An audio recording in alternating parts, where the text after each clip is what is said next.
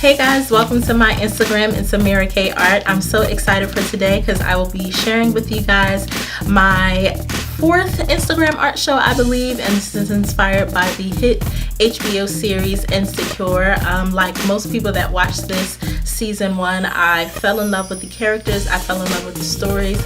This really inspired me to turn to my canvas, turn to my paints, and paint some of these characters in these situations and just give you my 2 cents as far as how I think these characters are relatable and especially how they relate to me, as well as some behind the scenes footage of how this whole collection came to fruition. It definitely wasn't an easy task, but I had so much fun and I'm so excited to present it to you guys today.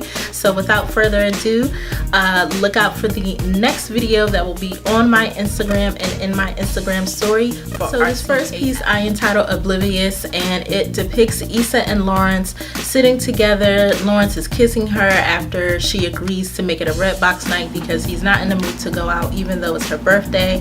He had a bad interview and he's just sort of like, let's just stay in, and she reluctantly agrees. And I think it shows that even in this very moment that Lawrence kissing her, thinking that, you know, she's a great girlfriend for agreeing to do this on the night of her birthday, that obviously she's not happy about the situation.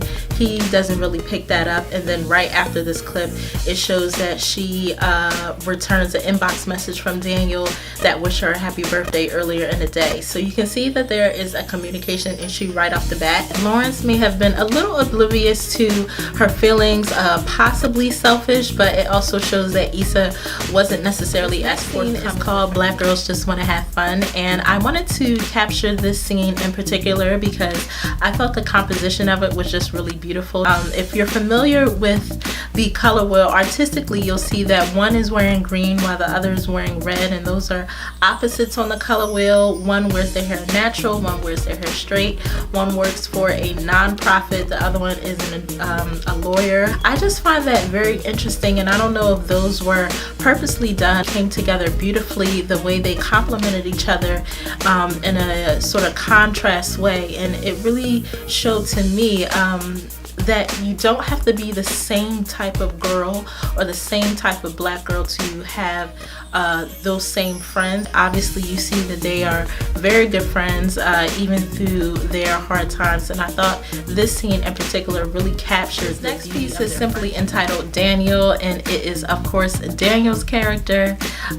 He is a blast from Issa's past, and he is sort of illustrated as this guy that let Issa get away. Just from an artistic point of view, he had such beautiful skin to paint. I really got to play with purples and raspberries as far as his undertones, and beautiful white teeth, and really balancing out those colors to depict a deeper skinned man without having, you know, just to use brown. So I really did enjoy painting him artistically. Daniel, unfortunately, he just gets kind of like dismissed at the end of season 1, so I'm interested in seeing how his character is reintroduced in season 2 and what exactly will be the nature of he and Issa's relationship. It's entitled Molly's Mirror, and it depicts Molly on a date with Jared.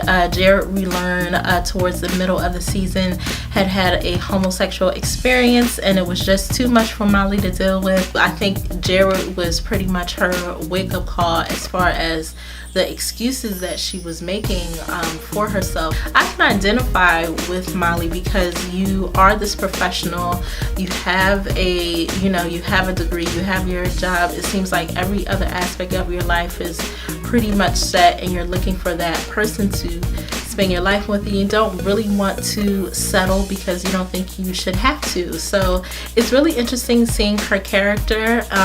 I think Jared in particular really helped her sort of come to terms with maybe some of her requirements that may need to be revised, and the fact that she was missing out on some quality people based on some of her. Titled A Dreamer's Lunch, and it depicts Tasha and Lawrence having lunch after he accepts his job at Best Buy.